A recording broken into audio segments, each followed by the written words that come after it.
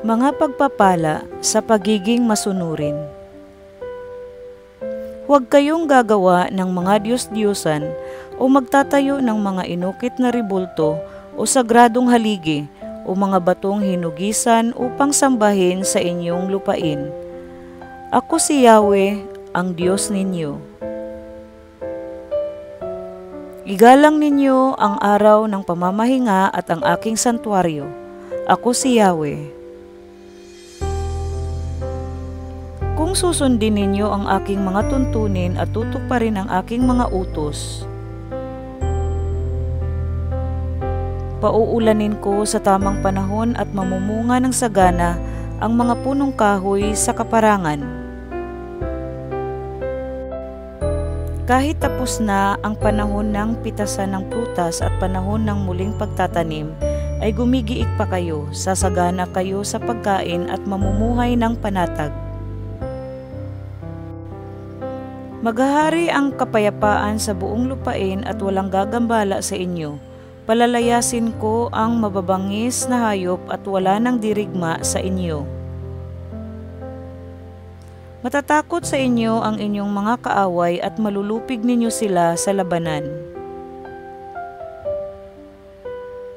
Sapat na ang 5 sa inyo upang talunin ang 100 kaaway at ang 100 para sa 10,000 kaaway. Malulupig ninyo ang inyong mga kalaban.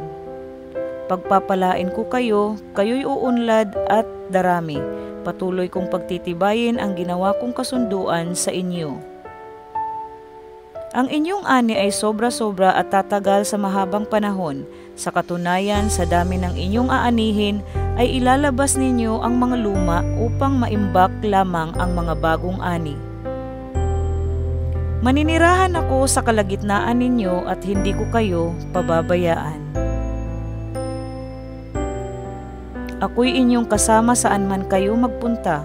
Ako ang magiging Diyos ninyo at kayo naman ang magiging bayan ko. Ako si Yahweh, ang Diyos ninyo, ang siyang naglabas sa inyo sa Ehipto. Pinalaya ko na kayo kaya't wala na kayong dapat ikahiya kanino man. Ngunit kung hindi kayo makikinig sa akin at hindi tutuparin ang mga utos ko, kung tatanggihan ninyo ang aking mga tuntunin at kautusan, kaya't ayaw ninyong sundin ang mga ito at sisirain ninyo ang ginawa kong kasunduan sa inyo, padadalhan ko kayo ng mga sakuna, makakaranas kayo ng matitinding sakit at magpapalabo ng inyong mata at magpapahina ng inyong katawan. Hindi ninyo makakain ang pinagpagalan ninyo sapagkat ito'y kakainin ng inyong mga kaaway. Hindi ko kayo gagabayan at pababayaan ko kayong malupig. Hahayaan ko kayong sakupin ng mga taong napupuot sa inyo at kakaripas kayo ng takbo kahit walang humahabol sa inyo. Kung sa kabila nito'y hindi pa rin kayo makikinig, makapitong ibayo ang parusang igagawad ko sa inyo dahil sa inyong mga kasalanan. Paparusahan ko kayo dahil sa katigasan ng inyong ulo, hindi ko pauulanin ang langit at matitigang ang lupa. Mawawalan ng kabuluhan ang inyong pagpapagal sapagkat hindi maanihan ang inyong lupain at hindi mamumunga ang inyong mga bungang kahoy.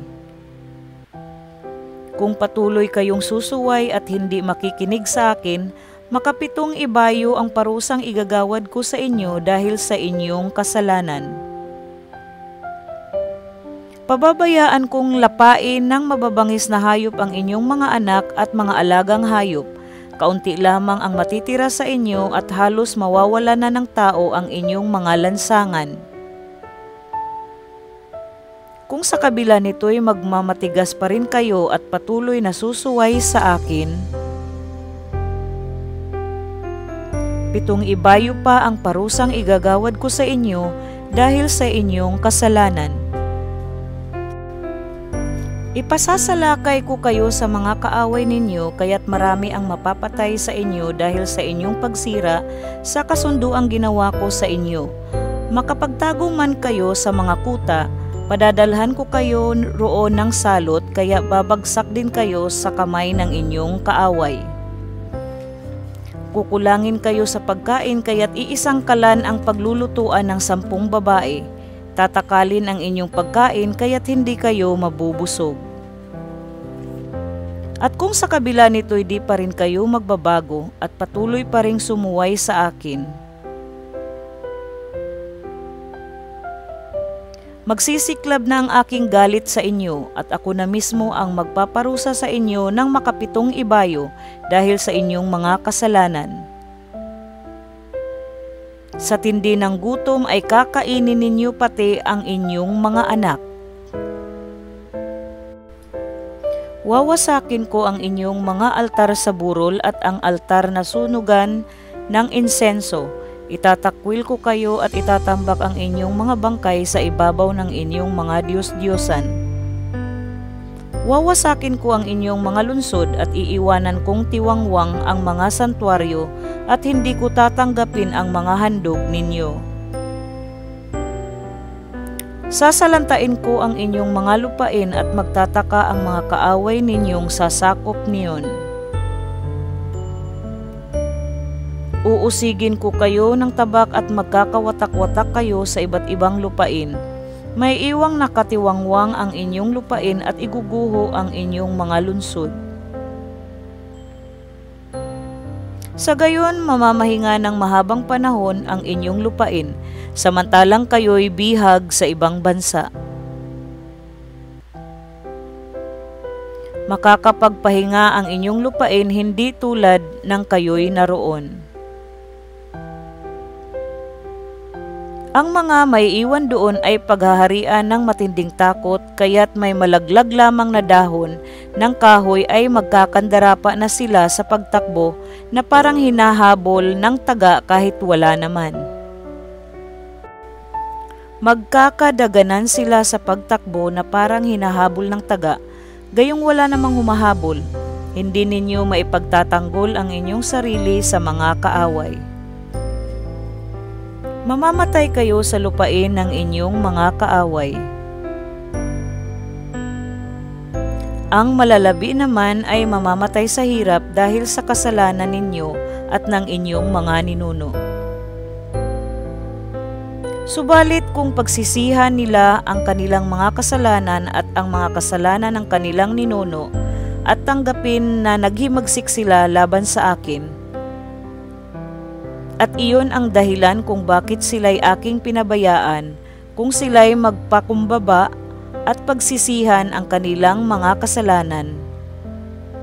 Aalalahanin ko ang aking kasunduan kay Jacob, kay Isaac at kay Abraham, at aalalahanin kong muli ang aking pangako patungkol sa lupang pangako. Subalit paaalisin ko muna sila roon. Sa gayon makakapagpahinga ng lubusan ang lupain at madarama naman nila ang bagsik ng parusang ipapataw ko dahil sa pagsuway nila sa aking mga tuntunin at kautusan. Gayunman hindi ko sila lubos na pababayaan sa lupain ng kanilang mga kaaway, baka kung puksain ko'y mawalan ng kabuluhan ang kasunduang ginawa ko sa kanila. Ako si Yahweh na kanilang Diyos. Aalalahanin ko sila alang-alang sa aking kasunduan sa kanilang mga ninunong inilabas ko mula sa Ehipto. Nasaksihan ng mga bansa ang ginawa kong ito upang ako'y maging Diyos nila. Ako si Yahweh. Ito ang mga tuntunin at mga utos ni Yahweh na ibinigay sa mga Israelita sa bundok ng Sinai sa pamamagitan ni Moises.